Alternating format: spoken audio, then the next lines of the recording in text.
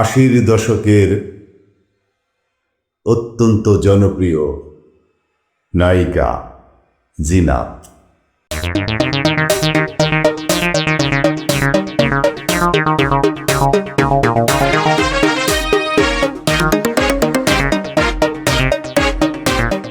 আপনি কি এই চলচ্চিত্রের বাইরে কাউকে পছন্দ করতে? না, আমি পছন্দ করার ব্যাপারটাই ভুলে গেছিলাম। কারণ আমি আমার কাজ দিয়ে আমি কিভাবে করে উঠবো, কিভাবে আচ্ছা।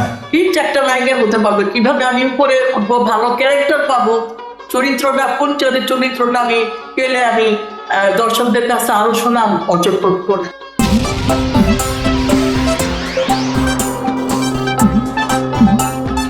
এবার আপনার পরিবার সম্পর্কে বলেন।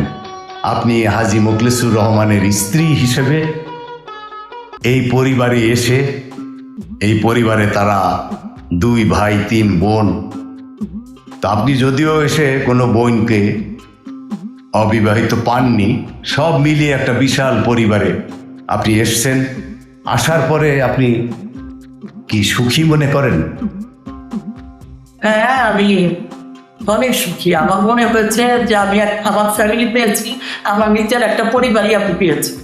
ওনারা অনেক শিল্পী, ওনারা আলহামদুলিল্লাহ। আলহামদুলিল্লাহ, সেটা তো আছেই। তারপরে আমি একটা ভয় পেয়েছিলাম এসে, যখন দেখলাম যে একটা শিল্পী এখানে আছে, আমার পাশে আছে একজন শিল্পী, তখন আর ভয়টা ছিল না।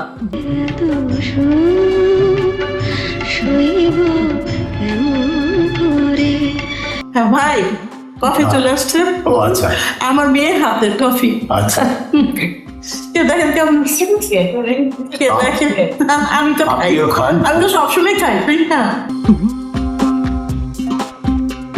কফি দেখেই মনটা ভরে গেছে, প্রাণটা জুড়াইনি এখনো, কারণ মুখে দেইনি, এই মুখে দিচ্ছি। দেখতে হবে না কার মেয়ে বানিয়েছে। মেয়ে বানিয়েছে, হ্যাঁ ভালো হতেই হবে। হ্যাঁ, ভালো হতেই হবে।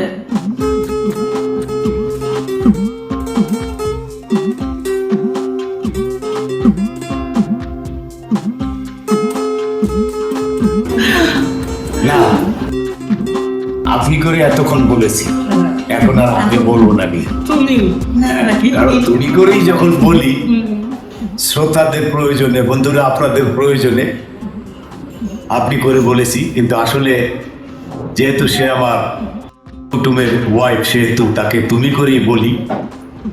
তো ওনার হাতের কফি এত বছর খেয়েছি, তো কাজেই মায়ের কফি যেমন হবে, মেয়ের হাতের কফিও তেমনই হবে।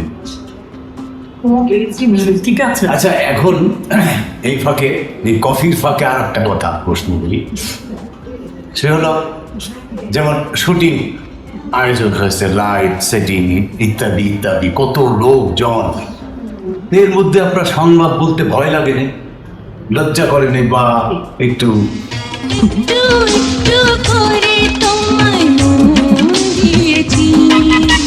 প্রথম ছবিটা আমার অনেক ভয় পেয়েছিলাম আমি। তখন রাজ্জাক সাহেবকে সবাই ক্যামেরা অন করেছেন, রাজ্জাক সাহেবকে সবাই সালাম করছে, একাধারে সবাই ছোট বড় সবাই তাকে সালাম করছে, সে নায়ক রাজ্জাক। হ্যাঁ, তখন আমি তো ছিলাম সবচেয়ে নতুন, তার মধ্যে পুচকি ছিলাম। এর জন্য এই পুচকি মেয়ে, এই ভয় পাস না, রাজ্জাক সাহেব বললো, এই ভয় পাস নেই কিন্তু তুই, তোমাকে একটা ভয় পাবি না,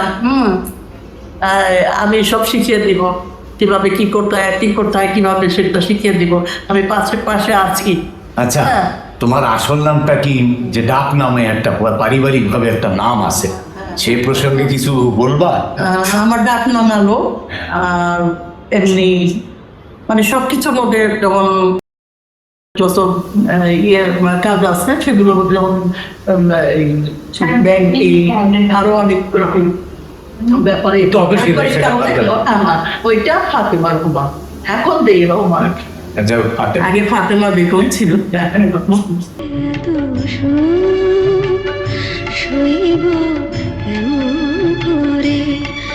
আচ্ছা, এখন আবার একটি প্রশ্ন, যেটা প্রথমে ভুলে গিয়েছিলাম, সেটা হলো যে ইউটিউব আমাকে জানিয়েছে যে তোমার জীবনের সব কিছুর পিছনে সুনির্দিষ্ট নির্দেশনা, সুপরিকল্পিত নির্দেশনা ছিল তোমার মায়ের। এই যে মায়ের অবদান এবং মায়ের ইচ্ছা, এর সম্পর্কে তোমার ফিলিংস, তোমার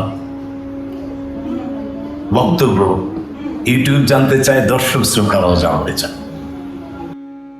আমার মা সম্পর্কে কি বলবো, আমার মা তো মাই ছিল।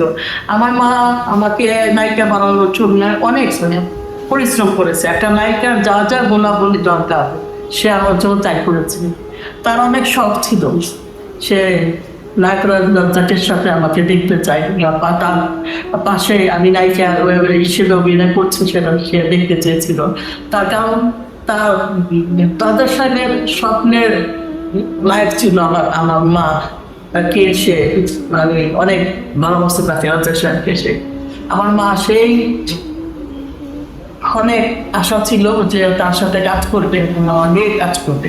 তার জন্য আমাকে চৌকু করে দিয়েছে সে কিভাবে যেভাবে আমি কাজ করতে এবং সেই মায়ের কথাই আবার চলচ্চিত্র ছেড়ে দেয়া, মায়ের কথাই বিয়ে করা। মায়ের কথাতেই আমি চলচ্চিত্রে আসি এবং নিজে পরিবার করে নিবি।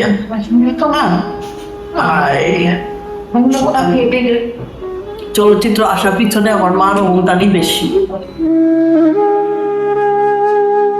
এবং ওই ছেড়ে দিয়ে বিয়ে করে সংসারী হওয়া, সেটাও আমার মার জন্য, সেটাও আমার মার জন্য।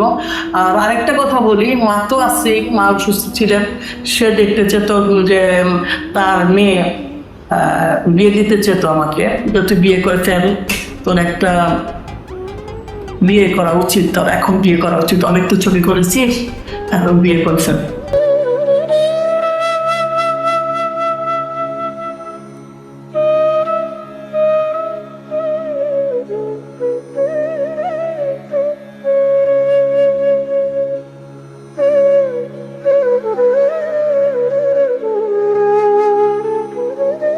হ্যাঁ বন্ধুরা, আমি একজন বৃদ্ধ মানুষ, আমার বাংলা উচ্চারণের ভুল ত্রুটি ক্ষমা করে দেবেন।